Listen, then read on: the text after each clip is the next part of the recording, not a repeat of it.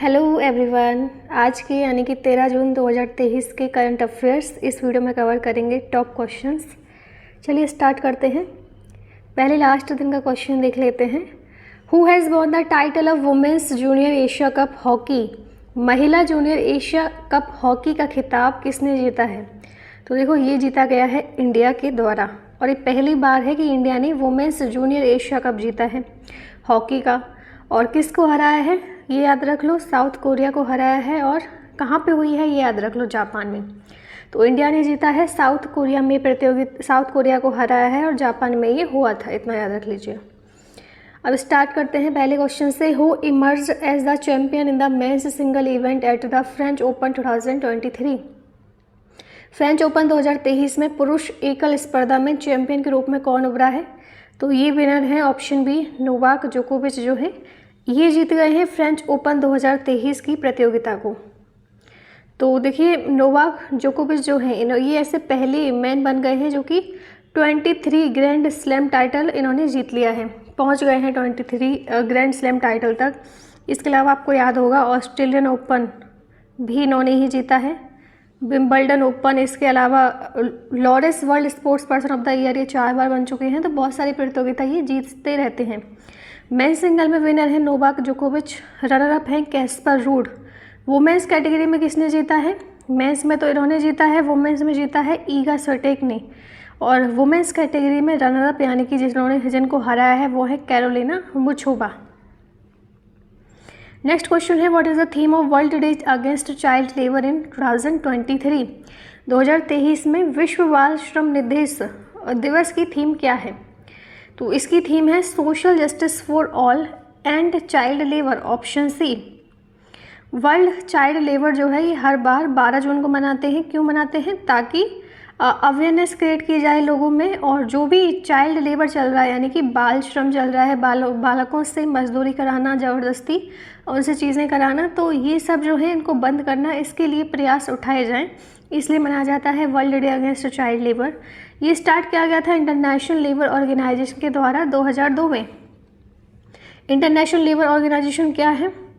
तो एक ऐसी ऑर्गेनाइजेशन है जो बच्चे होते हैं जो किसी गलत चीज़ में पड़े हैं या फिर उनके साथ कुछ गलत हो रहा है तो उनको प्रयास करने के लिए रोकती है वो, यानी कि ऐसे प्रयास करती है ताकि उनके साथ कुछ चीज़ें गलत ना हो।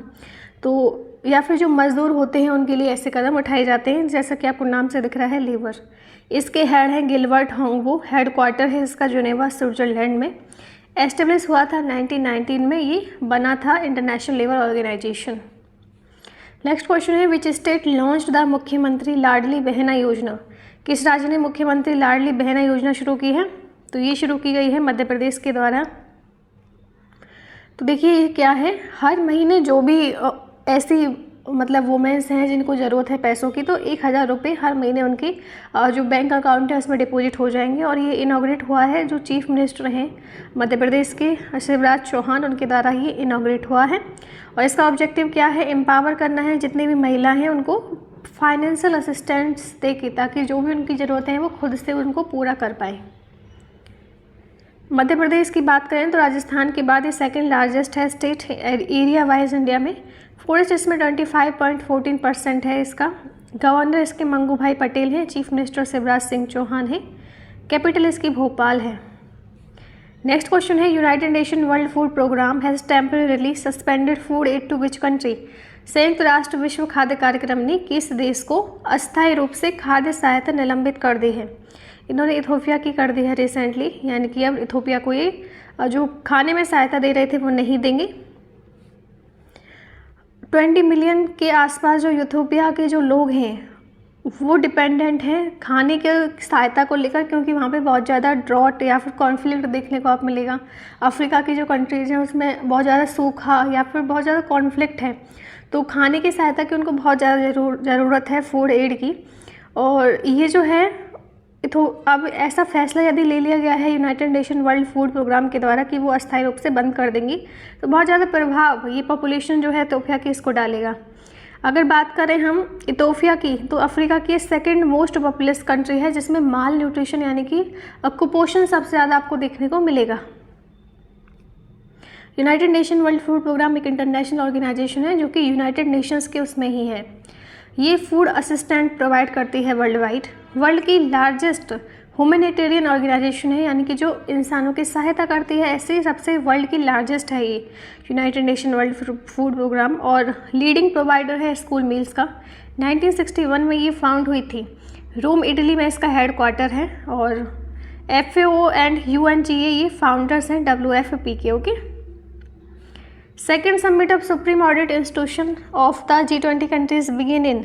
G20 देशों के सर्वोच्च लेखा परीक्षा संस्थानों का दूसरा शिखर सम्मेलन कहाँ हुआ है? तो देखिए अभी G20 की मीटिंग चल रही है, क्योंकि G20 के 2023 की प्रेसिडेंसी हमारे इंडिया के पास है, तो इसी के अंतर्गत बहुत सारी मीटिंग हो रही हैं। तो ये हुई है गोवा में, ऑप्शन ए। तो 2 प्राइमरी एरिया जिन पे फोकस किया गया। सबमिट हो रही है तो कुछ बातें भी होंगी, तो कुछ अच्छी बातें हो जाएं तो ब्लू इकोनॉमी पे ध्यान दिया जाएगा और आर्टिफिशियल इंटेलिजेंस पे ध्यान दिया जाएगा। तो ये टॉपिक जो डिस्कस कर रहे हैं इसमें गिरीश चंद्र मुर्मू भी सम्मिलित थे। अब यहाँ पे मैंने G20 की जो मीटिंग हो रही है 2023 में, उनकी कुछ लिस्ट लगा दी है, तो देख लीजिए।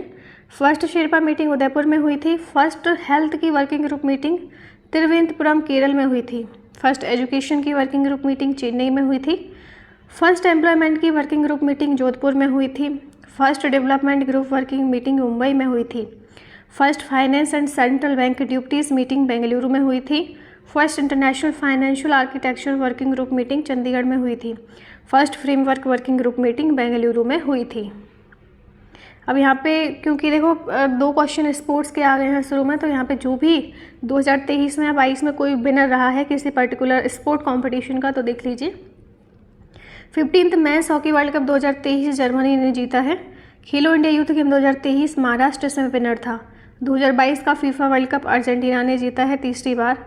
रणजी ट्रॉफी सौराष्ट्र ने जीती है। विजय हजारे ट्रॉफी भी सौराष्ट्र ने जीती है। IPL 2022 में गुजरात टाइटंस विनर थे और 2023 में आपको पता है Chennai Super King. Duleep Trophy West Zone ने जीती है। ICC men's T20 World Cup 2022 England ने जीता है।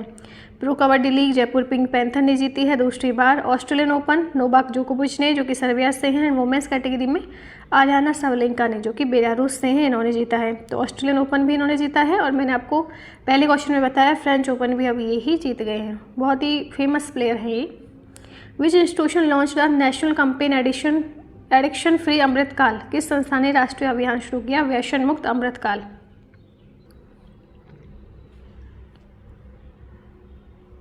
ये शुरू किया है NCPCR ने। ओके। इसका एम क्या है? इंडिया को तंबाकू और ड्रग फ्री नेशन बनाना है चिल्ड्रंस के बीच में। इस बार की थीम है वर्ल्ड नोट तंबाकू डे की। दिस ईयर की क्या थीम है? वी नीड फूड नॉट तंबाकू। हमें खाना चाहिए, तंबाकू थोड़ी चाहिए। तो national campaign addiction free Amritkaal चलाया है NCPCR ने, याद रखना। In which event did Murali Sreeshankar secure a notable 3rd place in Paris Diamond league.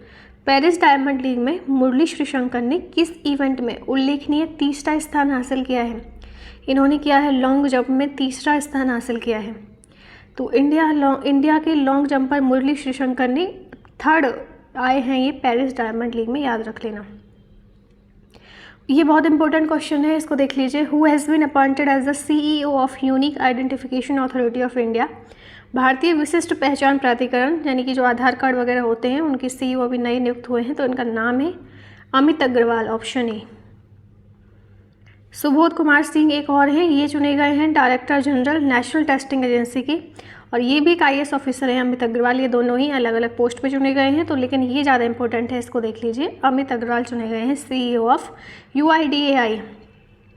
यहाँ पे कुछ इंपॉर्टेंट अपॉइंटमेंट देख लीजिए, जैसे रिचर्ड शर्मा जो है इसका ट्रांसफ़र हो गया है मिनिस्ट्री ऑफ एनवायरनमेंट से department of food and public distribution में। रश्मि चौधरी जो हैं सेक्रेटरी अपॉइंट हुई हैं सेंट्रल इन्फॉर्मेशन कमीशन में। श्याम जगन्नाथन जो हैं डायरेक्टर जनरल होंगे मिनिस्ट्री ऑफ पोर्ट में। संजीव कुमार चड्डा जो हैं अपॉइंट हुए हैं additional secretary ministry of women and child development में। नेक्स्ट क्वेश्चन है, as per the 5th state food safety index which state secure the top ranking among large state. 5वें राज्य खाद्य सुरक्षा सूचकांक के अनुसार किस राज्य ने बड़े राज्यों में शीर्ष रैंकिंग हासिल की है? पंजाब ने की है लार्ज स्टेट में। तो देखिए फूड स्टेट की यदि बात करें तो पंजाब हो गया, हरियाणा, उत्तर प्रदेश, ये सब जो ऐसे स्टेट हैं जहाँ पे बहुत ज़्यादा फसलें आपको देखने को मिलेंगी। तो केरला ने जो टॉप किया है वो उसके बाद है पंजाब। स्टेट, एक मिनट रुकिए, इसमें बी कर लो। केरला पहले नंबर पे है, पंजाब दूसरे नंबर पे है और तमिलनाडु तीसरे नंबर पे है। स्मॉलर स्टेट में यदि बात करें तो गोवा है पहले नंबर पे, फिर मणिपुर है, फिर सिक्किम है। और यदि यूनियन टेरिटरीज में बात करें तो जम्मू कश्मीर पहले पे है और दिल्ली दूसरे पे है, चंडीगढ़ तीसरे पे है। ठीक है, तो केरल है इसका answer, option B. Large state की कैटेगरी में ऑप्शन बी कर लीजिए। What is the outlay of exploration of coal and lignite scheme from 2021 to 2025? 2021 से 2025 तक कोयला और लिग्नाइट योजना का अन्वेषण का परिव्यय क्या है? 2980 करोड़, 2020 करोड़, 3000 करोड़ या फिर नन? तो इसका जो आउटले है वो है ऑप्शन ए 2980 करोड़, 2980 करोड़। तो cabinet committee on economic affairs जो है इसने रिसेंटली अप्रूव किया है, कंटिन्यू करेंगे ये exploration of coal and lignite scheme का। ये सेंट्रल सेक्टर स्कीम है जो कि इम्प्लीमेंट होगी 2021-22 से 2025-26 तक और इसकी एस्टिमेटेड कॉस्ट है 2980 करोड़ रुपए। तो ये क्वेश्चन बहुत इंपॉर्टेंट है, इसलिए ये क्वेश्चन आपको भी बताना है कमेंट सेक्शन में। Who has been appointed as the CEO of Unique Identification Authority of India? भारतीय विशिष्ट पहचान प्राधिकरण के CEO कौन बने हैं? अमित अग्रवाल, सुबोध कुमार सिंह, ऋचा शर्मा, रश्मि चौधरी। फिर इसको हम कल डिस्कस करेंगे। Thank you so much for watching the video को लाइक कीजिए और चैनल को subscribe. Thank you so much.